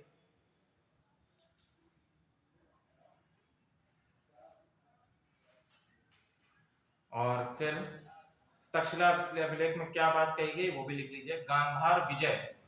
ठीक है, तो माओज के गांधार विजय के बारे में जो जानकारी प्राप्त होती है वो किससे प्राप्त होती है, तक्षशिला अभिलेख से प्राप्त होती है। ठीक है, और इसमें गांधार के साथ साथ में इसकी विजय बताई जाती है मथुरा तक। ठीक है, कहां तक, मथुरा तक, तक्षशिला अभिलेख, इसमें कहां तक जानकारी प्राप्त होती है, पहली जानकारी हमको मिलती है इसमें गांधार विजय के विषय में, गांधार विजय के विषय में जानकारी प्राप्त होती है, और ये कहां तक प्राणी है, मथुरा तक। ठीक है, मथुरा तक। इसके बाद के जो शासक है उनका नाम लिख लीजिए, केवल एक शासक इंपॉर्टेंट है, इसके बाद का शासक का नाम लिख लीजिए एजज, एजज। माओस के बाद है एजज, एजज। ठीक है, और एजस के बाद 25 टू 30, 25 टू 30 एडी, और इसके बाद है एजिलिसिस, एजिलिसिस, एजिलिसिस का शासनकाल लिखे 30 एडी टू 40 एडी।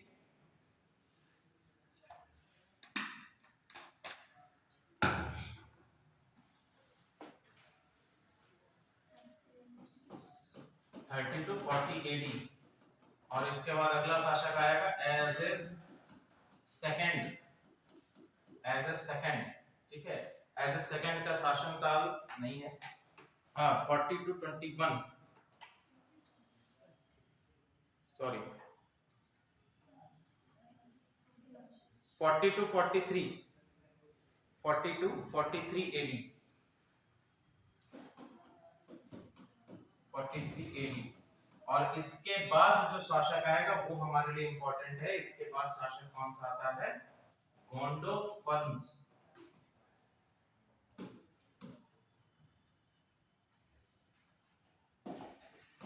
गोंडोफन्स, ये हमारा इंपॉर्टेंट शासक है।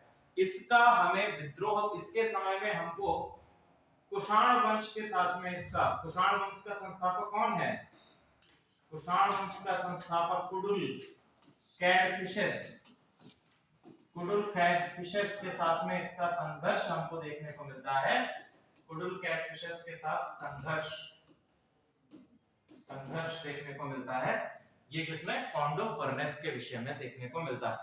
ठीक है, अब इसके सिक्के कुछ प्राप्त होते हैं। पहला सिक्के लिख लो, सिक्के तक कहां से प्राप्त हुए हैं, तक्षशिला से प्राप्त हुए हैं।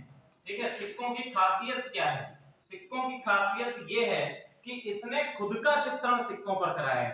ठीक है, इसने क्या कराया है, स्वयं का चित्रण कराया है। स्वयं का चित्रण कहां पर कराया है, अपने सिक्कों पर कराया है। एक तरफ स्वयं का चित्रण है और सिक्के के दूसरी तरफ किसका चित्रण है, सिक्के के दूसरी तरफ चित्रण है इसने अपने कुछ वायसराय जो हैं, वायसरायों का चित्रण ये सिक्के के दूसरी तरफ है। ठीक है, तो दोनों ही तरफ इसने चित्रण करवाए हैं अपने सिक्कों में, ये हमको देखने को मिलता है। अगला जो इंपॉर्टेंट है, गोंडो फर्न्स के समय में ही हमको सेंट थॉमस दिखते हैं भारत में आते हुए। कौन दिखता है, सेंट थॉमस दिखते हैं भारत में आते हुए। सेंट थॉमस आप लोग जानते हैं। ठीक है, जब हमारे क्रिश्चियनिटी का उद्भव हुआ, ठीक है, क्रिश्चियनिटी का उद्भव हुआ तो सेंट थॉमस को क्रिश्चियनिटी को प्रचार प्रसार तक ले जाने का सबसे अधिक श्रेय जाता है। सबसे ज्यादा इन्होंने प्रचार प्रसार किया है क्रिश्चियनिटी का। ठीक है, अब देखो सेंट थॉमस, जब इनके बारे में कहानी भी बड़ी दिलचस्प आती है। जब ये गोंडो फर्नेस के शासन काल में आए तो इनसे कहा गया कि एक महल बनवा दीजिए। गोंडो फर्नेस ने कहा, अब ये इनको जानते तो थे नहीं कि ये देवदूत के रूप में आए हैं सेंट थॉमस, तो इन्होंने कहा कि मुझे एक महल बनवाना है। लोगों ने सेंट थॉमस के पास भेज दिया। इन्होंने सेंट थॉमस को पैसे दिए, बोले हमारे लिए एक महल बना दीजिए। तो गोंडो सेंट थॉमस ने क्या किया, उस पूरे पैसे को लोगों में दान कर दिया, बांट दिया।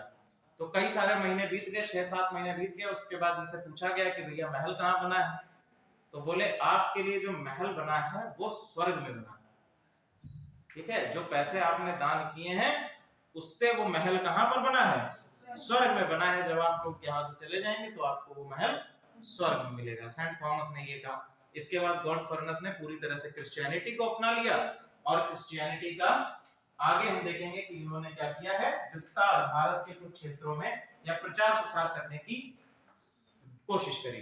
ठीक है, चलिए आगे हम लोग देखते हैं। नेक्स्ट लिखो टॉपिक, शक क्षत्रप या शक क्षत्रपीय वंश। शक क्षत्रपीय वंश, अभी हमने आप लोगों को बताया था कि कुछ शक जो है वो क्षत्रपों के तौर पर, सेट्रप्स के तौर पर क्या है, बट गए हैं। शक क्षत्रपीय वंश, अब देखो इसमें दो कैटेगरीज थी क्षत्रपीय वंशों में। पहले कुछ क्षत्रप कहे जाते थे और जो अधिक शक्तिशाली हो जाते थे वो अपने आप को घोषित कर देते थे क्या, महाक्षत्रप के तौर पर। ठीक है, क्षत्रप कहे और जो शक्तिशाली हो गए तो अपने आप को क्या घोषित कर दिया, महाक्षत्रप घोषित कर दिया। तो कौन कौन से क्षत्रप हैं, लिखिए। पहला तक्षशिला के उत्तरी क्षत्रप, तक्षशिला के उत्तरी क्षत्रप, पहला दौर का ये हो गया।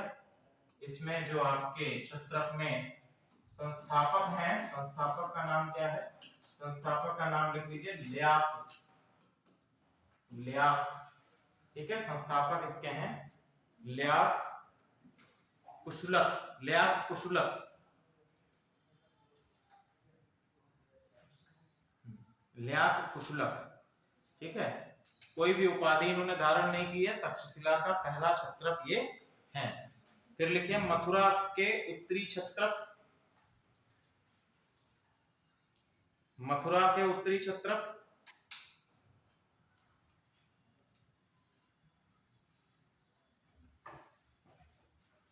इसके संस्थापक लिखिए नाम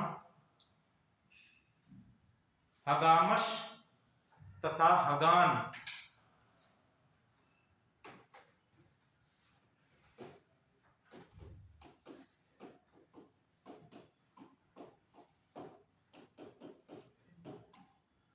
संस्थापक हैं इसके हगामश तथा हगान। ठीक है, तो तो बेसिकली अगर हम देखें कि ये दो नाम हमको प्राप्त होते हैं इसके प्रथम संस्थापकों के रूप में, लेकिन आपका तक्षशिला अभिलेख जो है, तक्षशिला अभिलेख हमको केवल एक ही नाम देता है। तक्षशिला अभिलेख हमसे कहता है कि भैया यहाँ पर जो मेन आपका शासक है या जिसके द्वारा संस्थापना की गई है वो कौन है, हगामश है, हगान के साथ में इसका नहीं है। एक और नाम हम लोग को इसके बाद मिलता है राजूल, ठीक है, इनके बाद जो इनके उत्तराधिकारी के विषय मिलता है राजूल, और राजूल के बाद जो इनके उत्तराधिकारी मिलते हैं वो मिलते हैं सोडाश, सोडाश, ठीक है, ये हमको इनके उत्तराधिकारी इसमें मिलते हैं। और राजूल के विषय में लिख लीजिए, राजूल के विषय में लिखो, इसने खुद को महाक्षत्रप घोषित कर दिया। राजूल ने खुद को मथुरा के क्षेत्र में महाक्षत्रप घोषित कर दिया।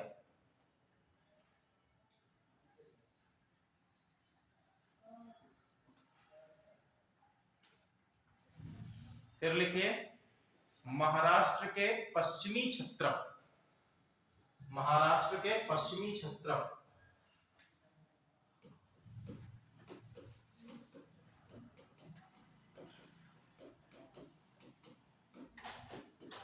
पश्चिमी क्षत्रप,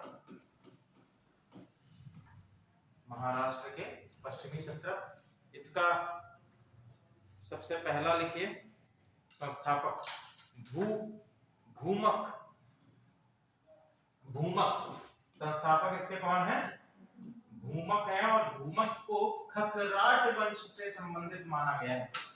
ये किस वंश से माने गए हैं, खखराट वंश से माने गए हैं, भूमक को खखराट वंश से संबंधित माना गया है, ठीक है। भूमक के बाद जो अगला आपका इंपॉर्टेंट शासक है वो है नहपान। नहपान का नाम सुना है आप लोगों ने, ठीक है, हाँ, नहपान, नहपान का लिखे, नहपान के विषय में इसका शासन विस्तार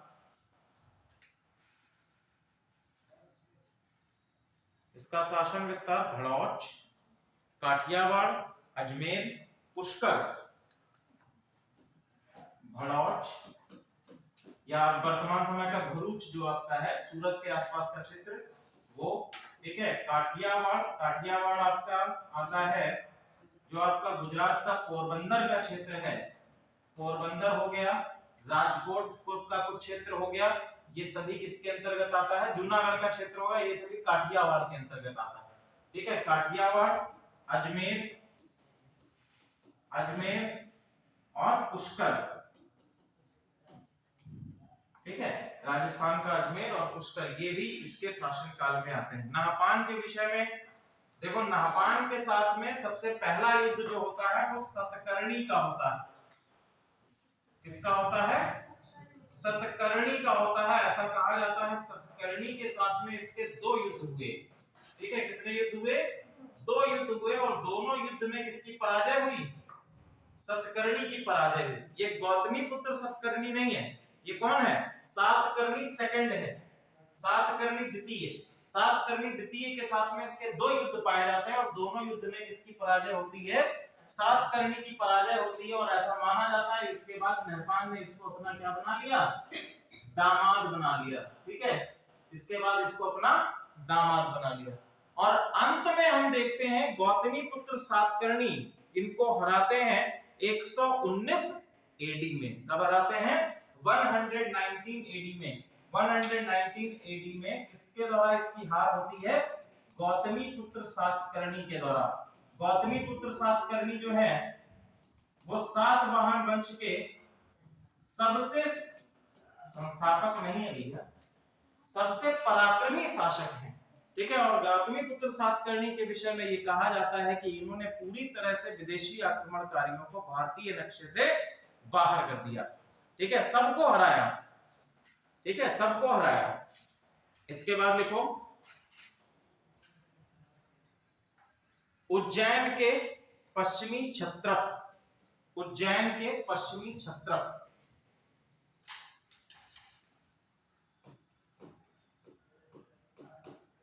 उज्जैन के पश्चिमी क्षत्रप,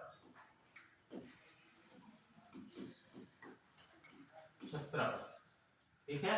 इसके संस्थापक का नाम लिखिए, संस्थापक हैं दशमतीक, दशमतीक,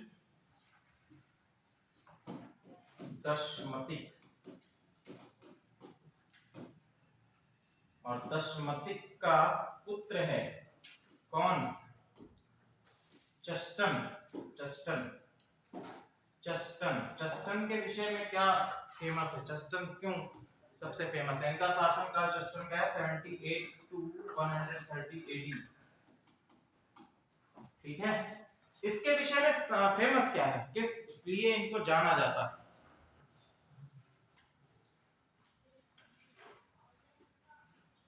बताइए, चस्टन को किस लिए जाना जाता है? नहीं पता? चलिए हम बताते हैं। चस्टन को जाना जाता है क्योंकि इनके द्वारा क्या किया गया है, शक संवत की शुरुआत की गई। शक संवत आप लोग जानते हैं क्या? कैलेंडर है, ठीक है। शक संवत जो है वो क्या है? कैलेंडर है जिसको हम लोग यूज करते हैं, ठीक है।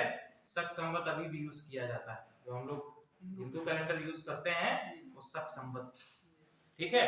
तो शक संवत की शुरुआत इन्होंने करी है। इन्हीं के पुत्र कौन है? बार बार हम लोग हिस्ट्री में पढ़ते हैं, किनका नाम? रुद्रदमन का नाम पढ़ते हैं। रुद्रदमन का जूनागढ़ अभिलेख पढ़ते हैं, ठीक है। क्या पढ़ते हैं? रुद्रदमन का जूनागढ़ अभिलेख पढ़ते हैं। तो जूनागढ़ अभिलेख इन्हीं का है। दशमिथक के पुत्र चस्टन का पुत्र जो है आपका रुद्रदमन है। इनसे संबंधित जो सबसे इंपॉर्टेंट अभिलेख है वो आपका कौन सा है? जूनागढ़ अभिलेख। सबसे इंपॉर्टेंट अभिलेख है आपका जूनागढ़ अभिलेख, हमको प्राप्त होता है, ठीक है। महाक्षत्रप की उपाधि भी इन्होंने ग्रहण करी है। गौतमी पुत्र सातकर्णी से हारा भी है,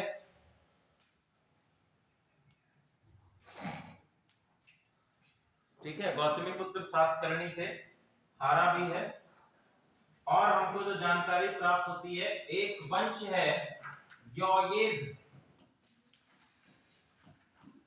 यौयेद वंश। कहां का है भैया ये? कहां से संबंधित है? किस प्रांत से संबंधित है? इनका प्रांत लिख लीजिए, इनका प्रांत लिखिए।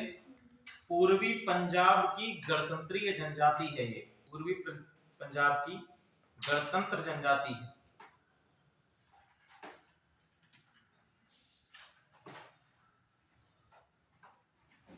पूर्वी पंजाब।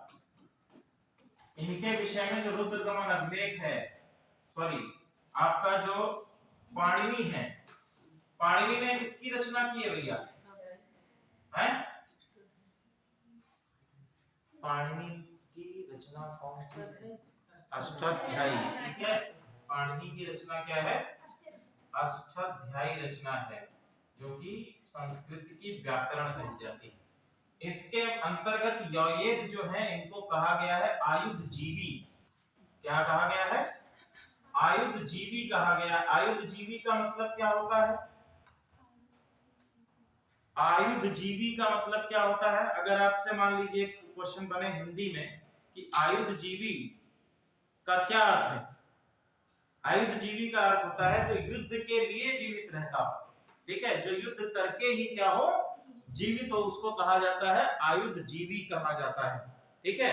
अब दूसरा शब्द हमको इनके विषय में मिलता है रुद्रदमन के अभिलेख में। क्या विषय मिलता है? वीर शब्द लिखो, वीर शब्दयति, वीर शब्दयाति, वीर शब्दयाति, ये हमको शब्द मिलता है इनके लिए।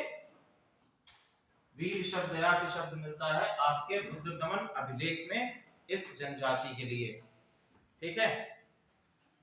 अगला लिखो, सुदर्शन झील का पुनर्निर्माण। सुदर्शन झील का पुनर्निर्माण ये भी किसके द्वारा कराया गया है? रुद्रदमन के द्वारा कराया गया है, ठीक है। चलो, लेकिन क्वेश्चन यहां से नहीं बनेगा। क्वेश्चन आपसे बनेगा ये कि सुदर्शन झील का निर्माण किसके द्वारा कराया गया है? हाँ सुंग नहीं है, बताओ। और रुद्रदमन तो इसका पुनर्निर्माण करा रहा है, मतलब ये जो है टूट गई थी, जो सुदर्शन झील है ये पूरी तरह से टूट गई थी, ध्वस्त हो चुकी थी, इसका पुनर्निर्माण कराया गया। बताइए, तुक्के और लगाओ जय माता दी बोल के, बताओ। जय माता दी ए। चलो अच्छा ऑप्शन दे। ऑप्शन ए है अशोक, सॉरी अच्छा हाँ चलो ठीक है, ऑप्शन ए है अशोक। क्वेश्चन को थोड़ा और टफ दे रहे हैं। सुदर्शन झील का निर्माण निम्नलिखित में से किन शासकों के शासन काल में हुआ है? ठीक है, पहला ऑप्शन है अशोक, ऑप्शन ए नहीं, ऐसे करके इसको बनाते हैं। पहला अशोक, दूसरा बिंदुसार,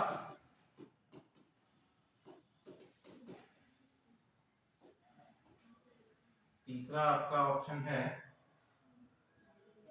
चंद्रगुप्त मौर्य,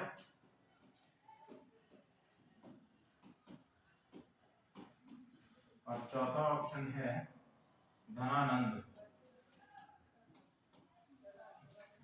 ठीक है, अब ऑप्शंस आपके ये हैं, कूट आपका ये है, पहला 1 तथा 2, ऑप्शन बी 1 तथा 3, ऑप्शन सी 3 तथा 4, ऑप्शन डी उपरोक्त सभी, सॉरी 1 3 1 2 तथा 3। बताइए, सुदर्शन झील का निर्माण निम्नलिखित में से किन शासकों के शासन काल में हुआ है? चलो इनका ऑप्शन है बी। चलो ए के साथ में कितने लोग हैं? 1 2 3 4। चलो बी ऑप्शन के साथ में कितने लोग हैं? केवल 1 लोग। तो आप लोगों का तुक्का गलत है, रेणु का तुक्का सही है। ठीक है, 1 तथा 3 अशोक और चंद्रगुप्त मौर्य के शासन काल में सुदर्शन झील का निर्माण हुआ है। ठीक है, क्वेश्चन अगर बनता है कि चंद्रगुप्त मौर्य कि किसने निर्माण शुरू कराया, तो चंद्रगुप्त मौर्य ने इसका निर्माण शुरू कराया है, अशोक के समय में इसका निर्माण पूर्ण हुआ है। और रिबिल्ड किसने कराया? रुद्रदमन के द्वारा इसको रिकंस्ट्रक्ट किया। अभी पीरियड खत्म हो गया क्या? क्लास खत्म हो गई? क्लास खत्म हो गई? थोड़ी देर बैठ जाओ, खत्म कर रहे हैं, कल से क्लास मत करने आप, ठीक है? क्लास है कल से मत करने आप, चलो निकलो यहाँ से। जब कह रहे हैं 5 मिनट रुक जाइए, तो अभी आपको जाना है, 5 मिनट में कौन सी देर हो जाएगी? ठीक है, तो चंद्रगुप्त मौर्य के शासन काल में इसको शुरू कराया गया निर्माण, और अशोक के शासन काल में इसको खत्म करा दिया गया। क्लियर है यहाँ तक? ठीक है, चलिए आज की क्लास हम लोग यहीं पे खत्म करते हैं। नेक्स्ट हम लोग कल की क्लास में इसके आगे सातवाहन वंश के विषय में जानकारी प्राप्त करेंगे। आज की क्लास में आप लोगों को कोई डाउट किसी प्रकार का?